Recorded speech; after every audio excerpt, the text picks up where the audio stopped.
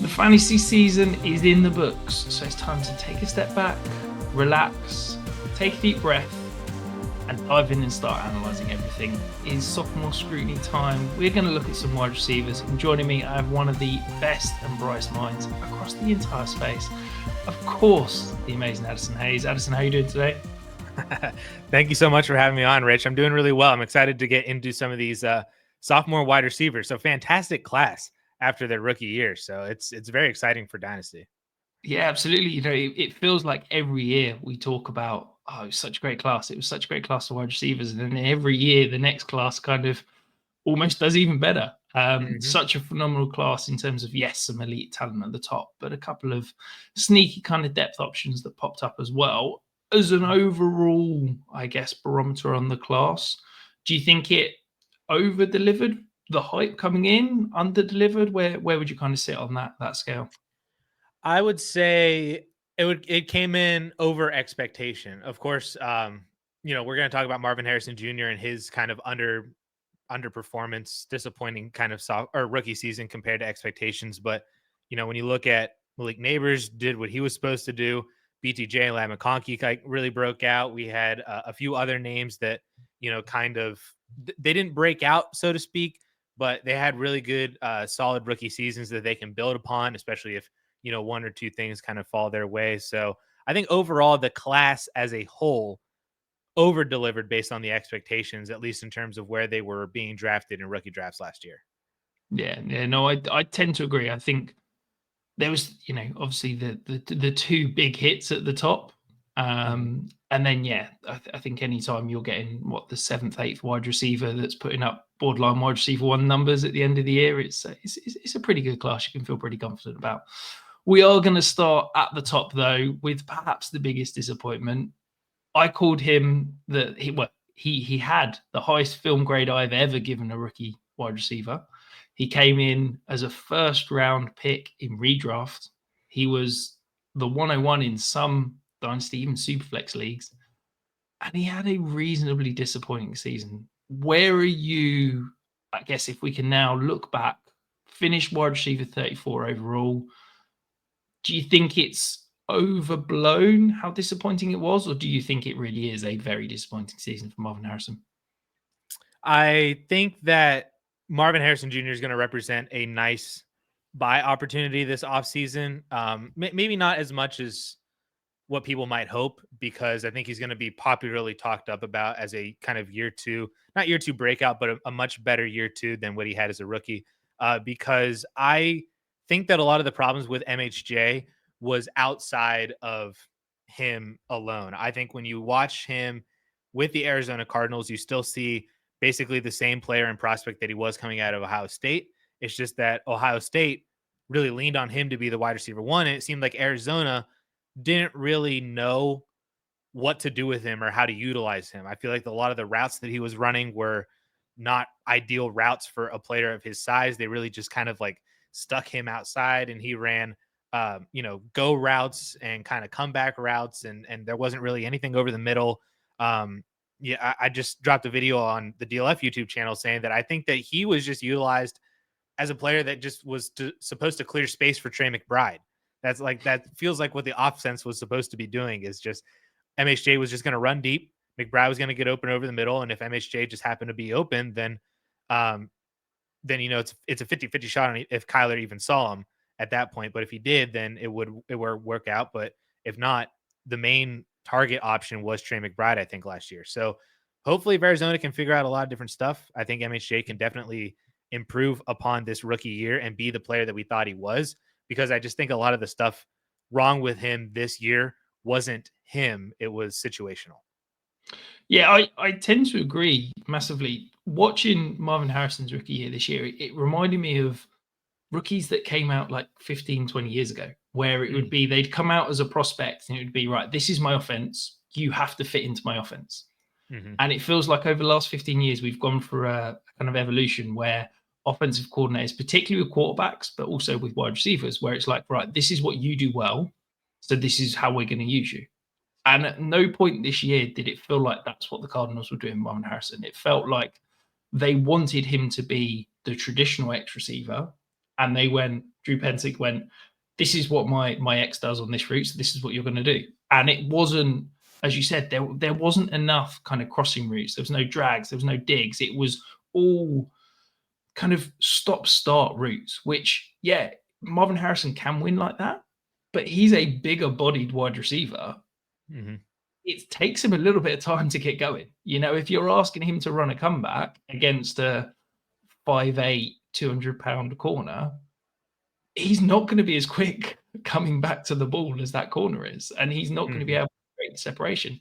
If you put him on a drag, or it's like a dig where he's able to just keep going and he can build up momentum and use his frame to create separation, it's so much easier for him and better for him. And I just think that the Cardinals asked a lot of him as a rookie, and I think that in the long term, that could almost be a good thing because it helps round out his game a little bit more and he can be a more polished all-round receiver. But certainly for his production year one, I don't think they used him overall. So, but currently he's still pretty pricey. He's the wide receiver 10 in ADP and on Keep Trade Cut. Price of around kind of an early 2025 first. If you're sitting there, Addison, with, let's say, the 103 in this year's draft class, are you happy sending that for Marvin Harrison right now? I still am. Yeah, I actually just had a YouTube comment earlier today asking me if I would send the one quarterback 1.02 for Marvin Harrison Jr., which is essentially saying, would you send Tet McMillan or anybody else, any non-Ashton Genty rookie in this class for Marvin Harrison? And I said yes. I said that I would take MHJ over Tet McMillan, who is my pretty easy wide receiver one in this year's class, and I would take him over anybody else that's basically even Genty. I feel like I might consider, depending on the structure of your team and the direction that you're heading in, I might consider still taking MHJ over Genty, but that's a much deeper conversation. But yeah, 102, 103, 104, even in super flex leagues and stuff. Like I would take him over Cam Ward and Shedeur Sanders still in super flex leagues. So yeah, early first for sure.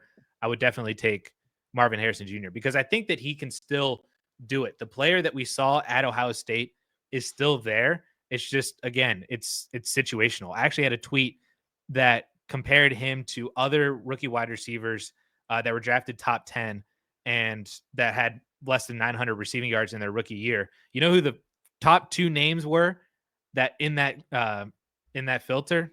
It's Larry Fitzgerald and Calvin Johnson. So like he it's not out of the range of possibilities that, a player that comes in with this much hype underperforms in year one, but then gets back into it, year two, year three down the road. Even his own father, you look at Marvin Harrison's rookie year stats, weren't all that dissimilar from what Marvin Harrison Jr. did. And Marvin Harrison, of course, one of the greatest wide receivers of all time. So yeah, I was literally looking at the other day, like I was pulled up a filter on something, and Marvin Harrison Jr. was literally next to Marvin Harrison Sr. in terms of their stats, and I was just like, oh wow, that's pretty neat. They had almost exactly the same rookie year. That's pretty cool.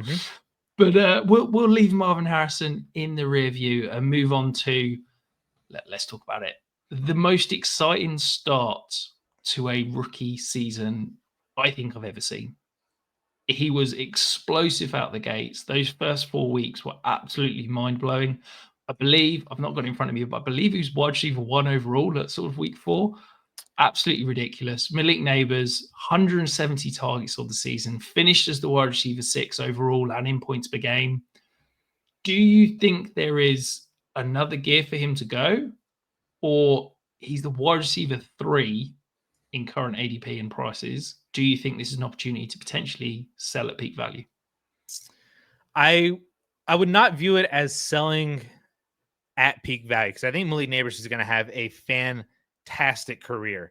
What I would be on board with is if you view yourself as like a hardcore contender and it is possible that you can move off of Malik Nabers at this wide receiver 3 price and you can buy low on CeeDee Lamb if people are kind of down on him a little bit because of the year and Dak's injury and just new coaching now with Mike McCarthy being fired, all that kind of stuff. If you can buy low on maybe a Nico Collins, or maybe you can buy low on a Puka Nacua, who, ascended this year, but I've had a lot of people say the reason they don't have Puka as a top tier guy in Dynasty is because they don't know how much longer Matthew Stafford's going to play.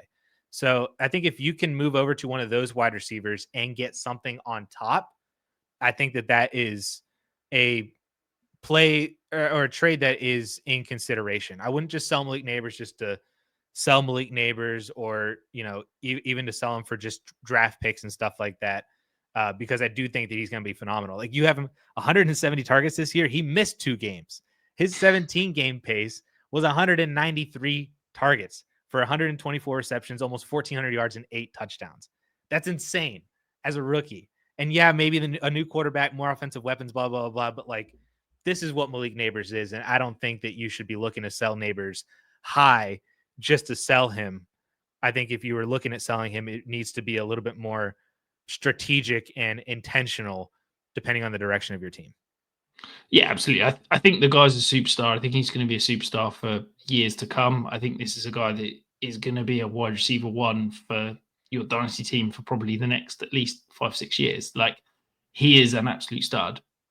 I do tend to agree with you, where I think you can potentially sell off the hype, and it's not even tearing down, is it? Like, Nope. As you said, those names of CeeDee Lamb, Amon-Ra St. Brown, Nico Collins, Puka, like, if you're getting an asset on top of those, I think that's a sensible move to make. Look, yes, I think Malik Nabers is going to be a superstar. I think he's going to get force-fed the ball.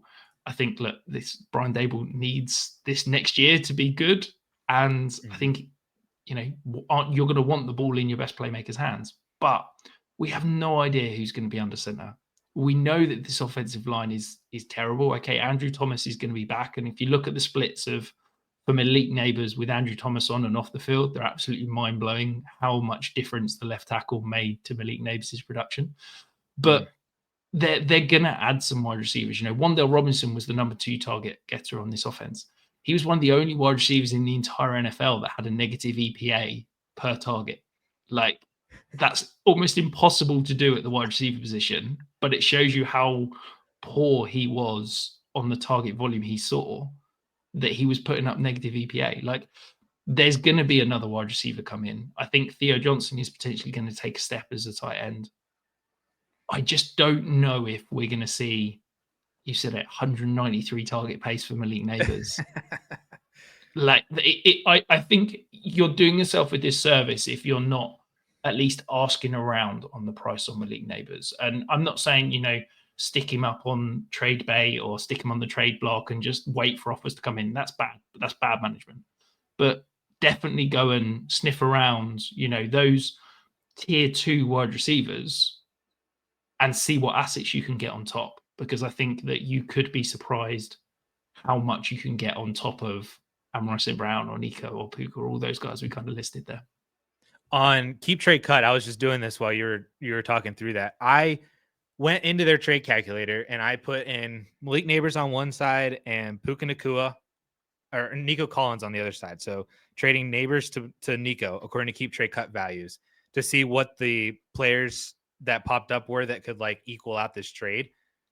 The names are Alvin Kamara, Cortland Sutton, Mark Andrews, a early to mid second, if that's like an early to mid 25 second or just a random 26 second. Like you look down a little bit further, you could get somebody like, Tony Pollard or James Conner or, Trey Benson, if you wanted to take the shot on him. If you go up a little bit higher, you can get maybe Brian Robinson or Joe Mixon or Isaiah Pacheco or, somebody like that is basically the equivalent with Nico Collins needed to get to Malik Nabers according to Keep Trade Cut. So if you can, I don't think you're losing production going from Nabers to Nico, and then you're gaining this secondary asset that could legitimately be a weekly starter for you. If it's, Alvin Kamara or Isaiah Pacheco or James Conner, like that's how you win dynasty leagues, is by making moves like that and taking advantage of heightened. I'm not going to say overly heightened values, because I don't think Nabers is like undeserving of this value, but I think it represents that there is a very large tier at the top of the wide receiver rankings right now that, Malik Nabers at wide receiver 3 is maybe slightly too high considering the wide receivers you can get at wide receiver 6 or 7 or 8, and then what is the piece that you can get on top of that to make that drop down? Yeah, I think that's absolutely wild, and it probably says everything you need to know about keep trade cut. I mean, personally, I'd take Nico straight up over Malik Nabers. So if I you're would telling too. me I can get a good second round pick, or an RB2, that's an absolute must do. So yeah, I think that's absolutely wild, if I'm being quite frank. But moving from the superstar that absolutely delivered to a potential superstar that grossly underdelivered. This entire Chicago offense just never really got off the ground. Rome Odunze, 8.5 points per game as a rookie, finished as the wide receiver 47. He is still a top 20 wide receiver, currently wide receiver 19 in keep trade cut values. Do you think that we're going to see the second year breakout from Rome Odunze, or do you think this is potentially one of those disappointing rookie seasons that's a case of get out now because the price is only going to drop? I'm in the middle. I'm in the middle of that because I don't think that we're going to see a disappointing year 2 because of a disappointing year 1, and thus his value is going to fall down outside like the top 30 at the position. But the year 2 breakout, I think that word right there insinuates a Jackson Smith and Jigba kind of deal, which was basically Rome Odunze's like situational comparison coming into the year was, he's going to be the wide receiver 3 stuck behind an older guy and a really good, middle-aged veteran essentially, and had a bad year 1, coincidentally also in a Shane Waldron offense. So there's that. And then year 2, remove Shane Waldron from JSN. He bounces over the old vet, and now he's, the wide receiver 1 in Seattle, a top 10, top 12 dynasty wide receiver. I don't know if we get that from Odunze, because I do think that Keenan Allen right now is better than Tyler Lockett was before the start of the year. But that also assumes that Keenan Allen is re-signed by Chicago because he is a free agent. So I don't really have a read on what Rome Odunze could be in 2025, because I think so much of that hinges on if Keenan Allen is there or not. If he's not there, I think wheels up. A breakout, I think, is, but like 1,000-yard receiver, 5, 6, 7 touchdowns, I think could be well within Odunze's range. Because I think that he was kind of misutilized in Chicago. I think all the wide receivers were misutilized under Shane Waldron. But also he was just a product of being the wide receiver 3 on a not so great offense with a rookie quarterback. So hopefully that there's growth involved. But I would not shame anybody who drafted Rome Odunze, maybe might have been expecting a little bit more, or could be still expecting a little bit more in 2025, but not sure about it, that maybe they do consider moving off of him to, some other wide receiver that's in his value range right now that could offer more production in 2025. Yeah, I think it's really disappointing, I guess, how this offense functioned. But the biggest disappointment thing for me was how Rome Odunze was utilized. It basically was like, it felt like DJ Moore and Keenan Allen got in a room with Shane Waldron and went, right, these are the routes we like running. And Shane Waldron went, right, well, these are the routes that are left. So those are the ones that Rome Odunze are going to run. Because the amount of clear out routes that Rome Odunze ran, and he's being used far too far downfield. And it's just like, did you watch him at all in college? Do you understand where he's good? He's best in these kind of intermediate routes where he can use his size and his separation ability.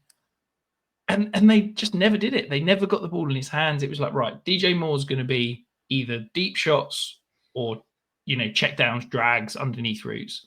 Keenan Allen's going to be Keenan Allen, the same as he's been all his career. And it just didn't make any sense to me. So I really hope that we get an inventive play caller. If we get Ben Johnson, that I think is going to look at what can Rome Odunze do, I'm going to be so excited about Rome Odunze. But I'd be absolutely gobsmacked if Keenan Allen re-signed in Chicago next year. So I'm kind of already, I guess, building my head around Rome Odunze being the wide receiver 2. And I think DJ Moore is great, but I think DJ Moore is not a prototypical wide receiver, and trying to use him as that is almost kind of a disservice to him. And I think there's a world where you can build the offense around Rome Odunze, and DJ Moore is the complement to Rome Odunze rather than Rome Odunze being the complement to DJ Moore.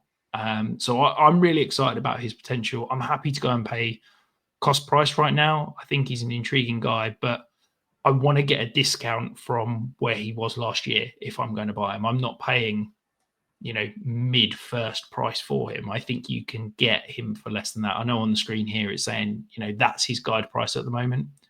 I think in real leagues, in real drafts, you can probably get him for that sort of late first, or maybe you need to pivot off another wide receiver to go and acquire him. I think the mid first is fine because I think people are looking at this class, at least the wide receivers in this class. You have Tet, you have Luther Burden, who, depending on what you think about him, if he was closer to his 2023 versus 2024, you have Ibuka, you have Trey Harris, you have some guys that where if you can just plug in, who many people considered to be almost as an elite of a prospect as Nabers and Marvin Harrison Jr. last year, as like it was like a wide receiver 1A, 1B, 1C situation. If you believed that was Rome Odunze, I think you're very easily paying a mid first for him, at least compared to the class that we have this year for the wide receivers. But I also I would like the discount on Rome Odunze too. I think that his price right now is baking in that he's going to have a year two breakout, that Keenan Allen won't be there, that maybe they do hire Ben Johnson and the offense is a little bit more, 2024, so to speak, and he's utilized more correctly. But, when you look at keep trade cut and, he's ahead of George Pickens.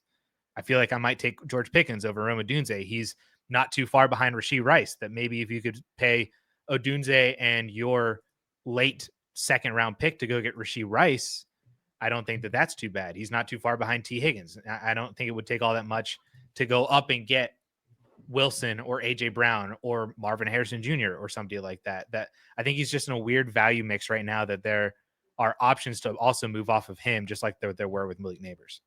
Yeah, absolutely. I have to say, when you start mentioning Rashee Rice's price, it just I'm really struggling. I have a rule. I don't go above 33% rush chip on any player.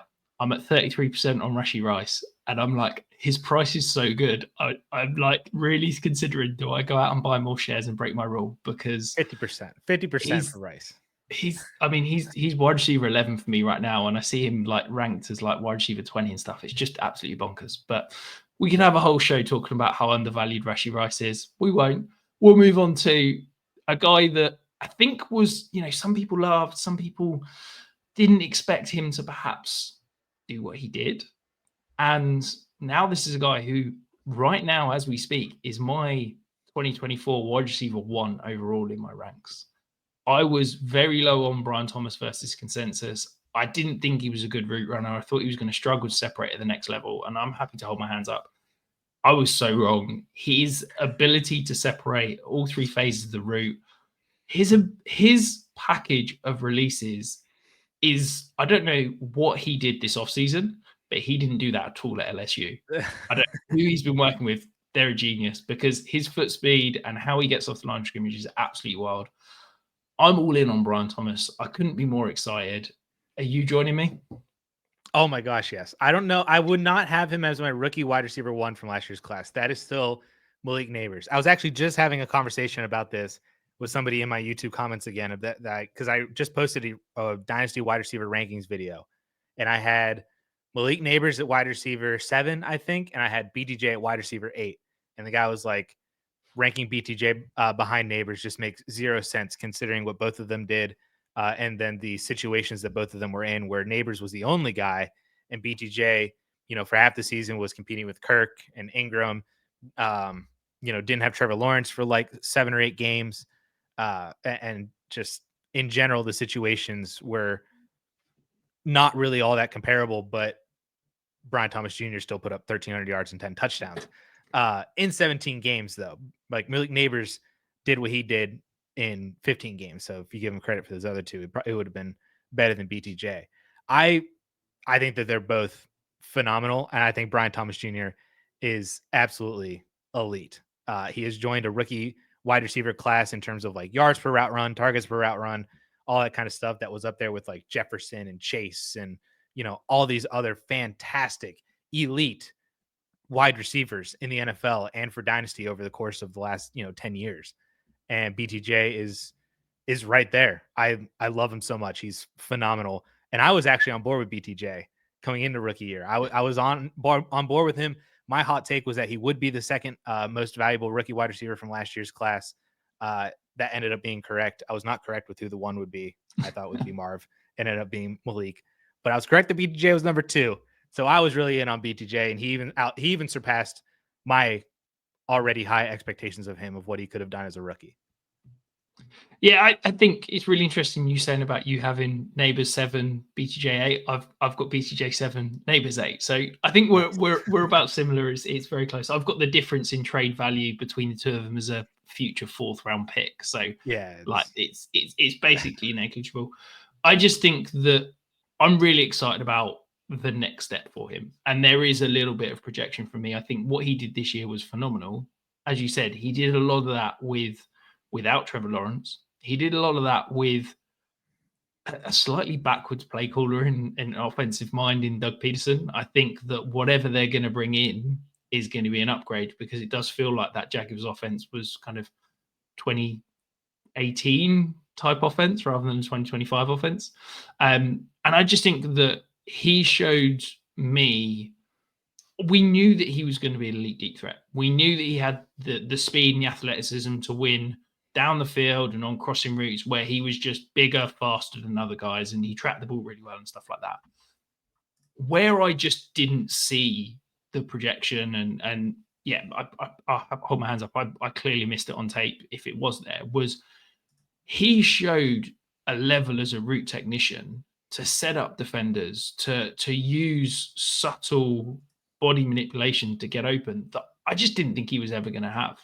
And that, to me, that route running with that combination of athleticism is what says this is a guy that could be the overall Dynasty wide receiver 1 if he builds on this rookie season next year. You know, if we're sitting here at the end of 2025, I wouldn't be gobsmacked if you said to me Brian Thomas Jr. is in that Jamar Chase, Justin Jefferson value range, because I think that's in his range of outcomes, because I'm expecting this offense to take a step forward. I'm expecting Trevor Lawrence to take a step forward in the new offense once he actually gets a play caller that understands how to call an NFL offense now. And I just think, yeah, I'm super high on Brian Thomas. I think the challenge is that whenever you get players like this that are, you know, they're at a desirable position in terms of wide receiver, they're young, they're ascending, they've had great rookie years, it doesn't matter what price you put on them, you basically can't acquire them. And I mean, like, yeah, I've got keep trade cut values on here. They're saying you can spend an early first and a second round pick to go and get Brian Thomas. I can guarantee you in every single one of my leagues, if I go and offer an early first and a second round pick, it's getting rejected 100 times out of 100. Like, that's not a real trade value. I think in order to acquire Brian Thomas, you're probably having to pay 3 firsts. And at that point, it's a bit like, I don't know if I can pay 3 firsts for any player, because it just handicaps my entire roster and my entire build so much. So it's almost like Brian Thomas is now unassailable as an asset to go out and buy. Yeah, it does certainly feel that way. I was able to buy him mid-season in one league, and I paid 2 firsts at that time for him because I couldn't get him for less than that. And I believe that, you know, I don't know, maybe it's not 3 firsts, but it's definitely 2 first plus right now based on the way that he ended the year. He is, yeah, he's really good. Yeah, I think the problem is that you like who's trading away a young superstar wide receiver. Like, it doesn't matter. There's 12 teams out of 12 that want a young superstar wide receiver to build their franchise around. So if you've got Brian Thomas, they're not selling him unless it's an overpay. So yeah, his value is probably around 2 firsts. But it's one of those things too where we can't advise you to just sell a guy like BTJ and stuff like that. Like, I would never sell a player like BTJ for just picks. Yeah. Like, if somebody offered me 3 firsts, I'd be like, oh, that's a pretty good deal. But I don't know if I could even sell BTJ for 3 firsts, because you could miss on all 3 of those guys, or maybe you hit on one and he's like solid. Like, it's Jordan, like you draft Jordan Addison with one of them, you know, and you're like, you know, I got Jordan Addison. That's not bad, but it's not BTJ. And then you whiff on the other 1 or 2 or stuff like that. Like, it's the same thing with Malik Nabers. If you're trading away BTJ right now, you have to get somebody else that's comparable to him in terms of value at the position. So maybe it's Nico Collins or Puka or AJ Brown or, you know, somebody like that. that's the only way I think you can sell BTJ. Yeah, absolutely. And if if you can get any of those trades we talked about with Malik Nabers for Brian Thomas, then I'm happy to do that as well. I just don't think his perceived value is where Malik Nabers is to be able to get those superstar wide receivers plus another asset. But we're going to move on to a very different profile of wide receiver to Brian Thomas. Xavier Worthy, a very different size, similar speed. I think he had probably a slightly better season once we got to the end of it than I think people gave him credit for. Do you think there's a potential for him to take the next step and be a more rounded wide receiver? Or do you think that he's now pigeonholed into this? We're going to take 2 deep shots a game. We're going to try and get him a couple of kind of manufactured touches, but he's never going to be more than kind of 6-7 touches a game at most. I do think that he could round out his game to be a bit more. I think we saw that towards the end of the year, because at the beginning of the year, it was really weird usage. I think even, after Rashee Rice got hurt and before they got Hopkins, they like tried to make Worthy be a little bit more, but it wasn't like working. And he was still kind of like in this deep threat kind of role that Mahomes just couldn't connect with him. But then over the last, like you look since week 11 on, and then he didn't really play in week 18. He had 1 snap in week 18. So week 11 on to week 17, he was on pace for 950 yards and 7 touchdowns on 134 targets. So he is still very much playing a deeper kind of role in terms of the yards per target, but he was much more consistent and he scored a lot more over those weeks too. So I think that he could definitely grow into a better wide receiver, but I think his main issue is that Rashee Rice is just better. So he will not be the one on his own team. And that may or may not matter. We've seen it hasn't really mattered for Jalen Waddle for, a little bit whenever he was doing well with Tyreek a year or 2 ago. Sometimes doesn't really matter for Devonta Smith. Sometimes doesn't really matter for Brian Ayuk or Jordan Addison. You'll get those high peaks, but I think you also get those low lows that you don't necessarily get with a wide receiver who is more of the one on his team, especially with a wide receiver like Worthy in terms of how he wins and how he's utilized in his own offense. Yeah, it does feel like that ceiling's just slightly capped, because I think you can't look at Rashee Rice and say, oh, but there's a world where, Xavier Worthy can get 8-9 targets a game, and because of they're probably slightly higher value because of the depth of target and stuff like that. I think Rashee Rice is going to be so good in that intermediate area of the field where he can just feast after the catch, that your role is always going to be limited for Xavier Worthy. And I just think this offense isn't going to be, Xavier Worthy's not the type of player that's going to be able to command huge target shares as a secondary option. He's probably going to end up being a better investable type where, he'll probably have some spike weeks. You'll probably look at it at the end of the season and be like, oh, okay, he was a wide receiver 3-4 type that won me some weeks and put up very little the other. But I just don't know if he will be utilized to his best role whilst being in the same offense as Rashee Rice. You look at the season where his season started to take off was from week 13 onwards. At that point, he saw 7 targets, 5 targets, 11 targets, 11 targets, 8 targets. Well, that was when his A-dot dropped significantly. At the beginning of the season, we're seeing average depth targets of 10 yards, 21 yards, 15.5. From week 13 on, it was 9.7, 3.4, 8.9, 6.5, 0.9. His role changed significantly. He wasn't being used as just that deep threat that would get occasional underneath touches. He was consistently running those drags, those crossing routes that Rashee Rice is an absolute beast on. And I just don't know if in 2025 he's going to have that role. I think that's going to be Rashee Rice's role, and he's going to go back into the role that he had to start the season. So, I kind of agree with you. I think wide receiver 24 feels a bit expensive for me right now. I'd certainly. Wow, is he that high? That's where he's at right now. Holy crap! I think for me, at wide receiver 24 prices, I'd want something a little bit more bankable. Yeah, I think I had him in the 30s in my rankings video. Sorry, go ahead. I'm just looking. He is wide receiver So he's wide receiver 29 for me right now. So I'm not miles off, but I think in a startup draft, there's probably 3 or 4 guys I've got ranked after that. If I'm looking for safety, depends on the type of build. Like I'd probably rather punt for than Xavier Worthy. So maybe I need to move him down in my ranks a little bit. We're gonna DK Metcalf. That's stupid. Don't do that. on keep trade cut, Worthy is ahead of DK Metcalf, so don't do that. Please buy DK Metcalf. I feel like we've said enough about keep trade cut that I don't want to keep piling on. But yeah, they don't help themselves. We're going to move on though and talk about Lab McConkey. Like the hype is absolutely out of control. I got asked Addison yesterday in a DM, would I trade CD Lamb straight up for Lab McConkey? Stop it. No, you didn't. Yes, I did. Oh. Yeah.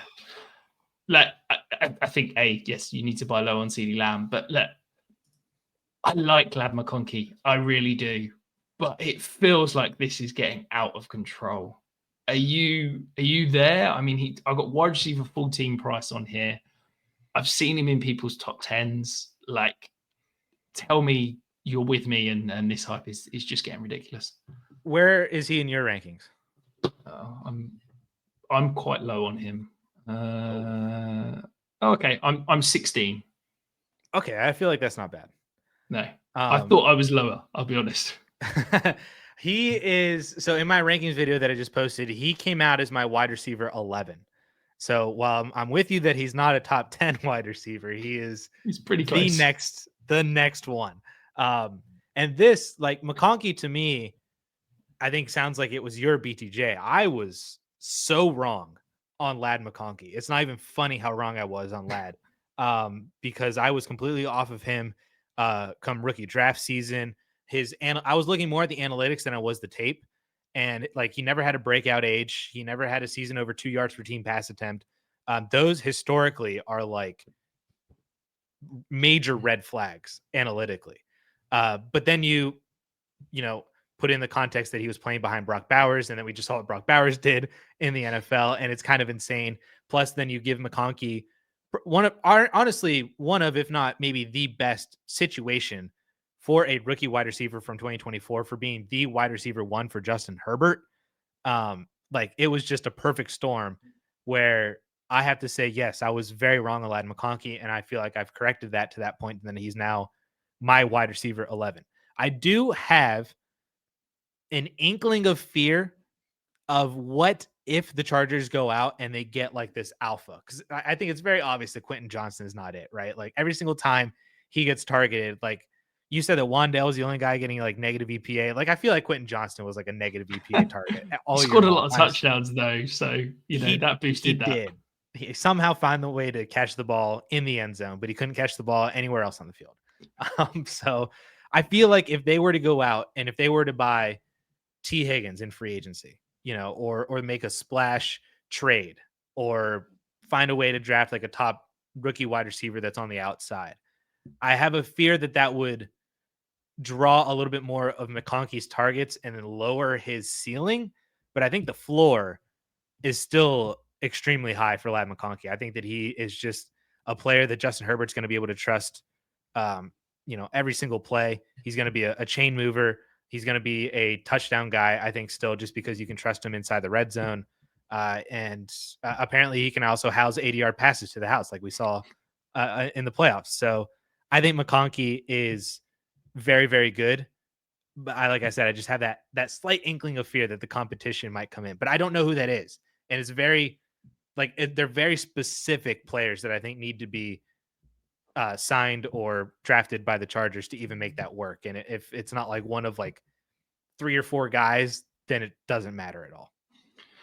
Yeah, I think for me, this Chargers offense is adding somebody big, whether that's in the draft or free agency or via trade. Like you look at the way the defense kind of rounded into form and that's kind of come together. You look at the rest of this team, they've got a lot of capital that they can spend and a lot of resources. And it's like, okay, the interior of the offensive line could do with a little bit of a restructure. You don't need to spend big capital on that. You can kind of, cobble that together mid-tier free agents. They need a running back. They need a tight end. They need so many wide receivers. I think they're going to throw resources at the skill position players. And I don't think it's about maybe bringing in one. I think it's about bringing in 2 or 3 potential guys that are going to take targets away from Lad. And I've just done a video last week where I was saying, look, I think you need to sell off this hype, because I think at the moment he's being priced as if nobody's getting added, and he's going to have, like, the gap between him and the wide receiver 2 in terms of Quentin Johnson or Joshua Palmer is absolutely wild. That's not going to be there next year. You know, this was a Chargers team that was taking their medicine from the dead cap hits of Mike Williams and Keenan Allen and all that kind of stuff. That's not going to be the case next year. They're going to have some resources to play with, and I think they're going to add somebody in. I want to throw something at you, though. I think T. Higgins isn't going anywhere. I think he's going to get tagged or kind of an extension. I think he's going to stay there. Agree. Yeah. The player I'm really, really intrigued by joining the Chargers, and I've not heard it anywhere, if Chris Godwin ends up on the Chargers, who's a free agent, okay, he's coming off the injury, but I think that would be fascinating in terms of him having that kind of inside-outside flexibility, the same as Ladd. I think he'd be that kind of bigger body power slot that Justin Herbert did phenomenal work with Keenan Allen. Mm-hmm. Would that concern you for Ladd McConkey if someone like Chris Godwin landed in there? It would. I think in the short term. I think a lot still depends on Godwin's ability to recover from the injury, learning the new offense, all that kind of stuff. It concerns me in the short term, though, just because he feels very similar to McConkey's role on the team. That is a very interesting name, though, that I definitely have not connected those dots. Like, I've thought through, like, what if they went out and they signed like Amari Cooper or Stephon Diggs or somebody like that? That I don't think I would have all that concern about, because they're older guys. Amari wasn't all that great in Buffalo, but he was hurt. Diggs is coming off the ACL. Like, I think those guys would fit and add a veteran presence to the skill group in a way that I think would be beneficial to them in terms of just like, if they're making the playoffs, you know, to have a kind of go-to guy like that, and also to help McConkey, could be beneficial for them as a team, but I don't think it would impact McConkey. Godwin is kind of a mix of both, where he has that veteran presence, but he is a bit younger. I just think that I do wonder if they just look at it and they say, like, Quentin Johnson's, he's not going to be what we drafted him to be. He's not going to be a superstar, but he's at least the sacrificial X. You know, he can run some of those deep routes. He's got the speed that threatens going deep.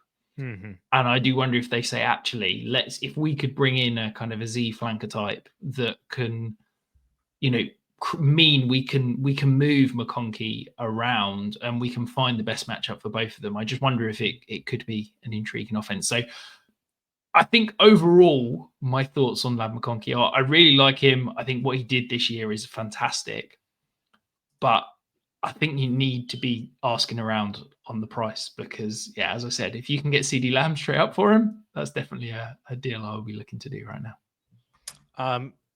Again, on Keep Trade Cut, you could trade Ladd McConkey for AJ Brown, so I would take AJ Brown. Wow. Okay. Yeah. Yeah, I'd do that. Every day of the week. Trade Cut. Yep. We're going to move on to the best of the rest. Now, I feel like we could have gone on for hours talking about Jalen Coker and Jalen Polk and plenty of names, but we're going to try and keep you down to 3 guys here that I think at least flashed and showed something. So we got Ricky Pearsall, who finished the season incredibly strong after obviously having, should we say, a challenging start to the season after being shot. We got Xavier Legette, who I don't know if they ever quite established what type of receiver he is, how he best utilized, but again, showed some flashes. And then Keon Coleman, who I was convinced was going to be a power slot. And basically the Bills said he's an X receiver who can only see contested targets. And that's the only way we're going to use him. So where do you want to start here with these 3 guys? Is there anyone you're more intrigued by, or anyone that you're completely turned off by? Well, the easy one, you could correct me if I'm wrong on this one, or if you have a different opinion. I don't care whatsoever about Ricky Pearsall. I don't. Yeah. he didn't do anything. And then the 2 games, I think the only thing that makes him an interesting name, like you said, is because he literally the last 2 weeks of the year, he put up 14 receptions for 210 yards and 2 touchdowns, 8 for 141 against the Lions. But that's also the Lions secondary, who is completely garbage. We're The all Cardinals injured secondary that week as well. Yeah, exactly. Like I don't have any interest whatsoever in Pearsall because he didn't do anything the entire rest of the year. Those 2 games were over 50% of his production for the entire season. He played 11 games. Brandon Ayuk is going to come back. He didn't do anything whenever Ayuk left. Debo may or may not still be there. Kittle will definitely be there. Christian McCaffrey's probably going to come back, and that's going to be a boost to their offense, both on the ground, in the red zone, and through the air. I just don't think. I know you're about to mention Juwan Jennings, of course, who's still going to be around as well. Yes, absolutely. Superstar then Juwan. I think Juwan Jennings is better than Ricky Pearsall, but so I don't care whatsoever about him. The other two are he's the perfect player. If you're a contending team, now is the time to pivot off Ricky Pearsall. As everyone becomes age obsessed, everybody's trying to get rid of those veterans that you can, I want the young superstars. So can you pivot off Ricky Pearsall to go and buy a Debo? Can you pivot off Ricky Pearsall to go and get Cortland Sutton or Calvin Ridley or someone like that isn't going to be a superstar, but is going to give you probably solid wide receiver 3 production? Because I think that as soon as we go into next year and suddenly look around and realize, Ricky Pearsall might be the 6th best option on this offense, his price is probably going to drop. Yep. I love that. Love that call. Endorse every minute of that. The other 2 feel very similar. I don't really know what to make of their rookie years. Like Coleman was interesting, and then like kind of had some injuries, and they added Amari Cooper, which didn't really affect him because he was still kind of hurt during those weeks. But like you said, it was all contested catches, which was really fun. Like the highlights were really fun for Coleman when he was bringing those down, especially in the end zone. But that's not really a role that I want him to stay in for his fantasy ceiling to really, increase or even just be a guy that I can rely on as a flex starter every single week. So I think he's interesting, a lot of room to grow. I wasn't necessarily in love with his prospect profile anyway. So he just kind of is. Legette kind of feel the same way. I think the Panthers offense is going to go through a whole lot of changes. And I think that if he wasn't able to overly succeed in the offense this year, given the fact that they didn't have Adam Thielen for over half the year, they didn't have Deontay Johnson for over half the year, which he just got cut by the Texans. No idea what's going on with him. But anyway, Legette not being able to succeed to the level that I would have hoped for a wide receiver with not much competition around him, I think is more of a negative than a positive. Like he's the perfect example for why you can't really use the argument of, Malik Nabers was the only player to throw the ball to, so he's overvalued because all he did was, catch a bunch of passes. Well, it's like not everybody put into that situation is going to succeed. Like Legette, I don't think was that far removed from a Malik Nabers kind of situation. And he did nothing. He averaged under 8 PPR points per game. So I think that's more of a negative than a positive. Yeah, agreed. I think with Legette, we just need to wait for another 4 years till we can have a 5th-year breakout again. So Devontae Parker. I mean, Xavier Legette, I didn't like as a prospect. I didn't like him on film. My rookie model hated him, quite frankly. I don't think he's a good fit for Bryce Young. I don't think you saw down the stretch, the type of receiver I think is that savvy route runner that can gain separation that Bryce Young can hit because he's highly accurate. And I think that Xavier Legette is basically a guy that you almost need to manufacture touches for. And it just feels like, okay, at best, we can't build an offense around him. So at best, he's going to be kind of a second, third option. Do you really want a second, third option on what's going to be a below average offense? I don't want a piece of that. And then Keon Coleman, I can see a world where Keon Coleman is a competent NFL receiver and useful for fantasy. I just don't know if it's going to be with the Buffalo Bills because I just think the way they're running this offense in terms of it feels like there's never going to be a stud wide receiver or a tight end. I think it's such an equal opportunities offense. I think Josh Allen spreads the ball around. I think the only guy you kind of can trust is Khalil Shakir to see consistent targets. And it's like, yeah, Keon Coleman probably will have a couple of deep shots, and he's going to have some weeks next year where he'll have 5 targets, 4 receptions, 130 yards, and 2 touchdowns. And 2 of those touchdowns are like 40-yard contested catches on the boundary where he's absolutely mossed a DB and looks like a superstar. Mm-hmm. And then you put him in your lineup, and then he sees 2 targets for no catches, or 1 catch from 5 yards, or something like that. Like, he's going to be infuriating. And I think that, to me, as I said, if he could be utilized as in the Chris Godwin role, that power slot role where he can use the body to create separation rather than having to try and win as a route runner, I'd be far more interested. But I don't know if that's ever going to be the case in Buffalo, because Khalil Shakir sat in that role. And I just don't think that the Bills view him as a power slot. They've told us, by the way they've used him this year, is that they want him to be that boundary receiver that's going to win contested catches. And I just don't think there's a world where there's a reliable fantasy option week in, week out. And I guess because of that, I'm probably selling all 3 of these at cost, because I think you've still got that kind of rookie shine, and there'll be someone in your league that wants to take the punt on all of them. I was looking at Keep Trade Cut to see where Keon Coleman was, because Keon Coleman's ahead of Mike Evans on Keep Trade Cut. So there you go. Well, make that deal.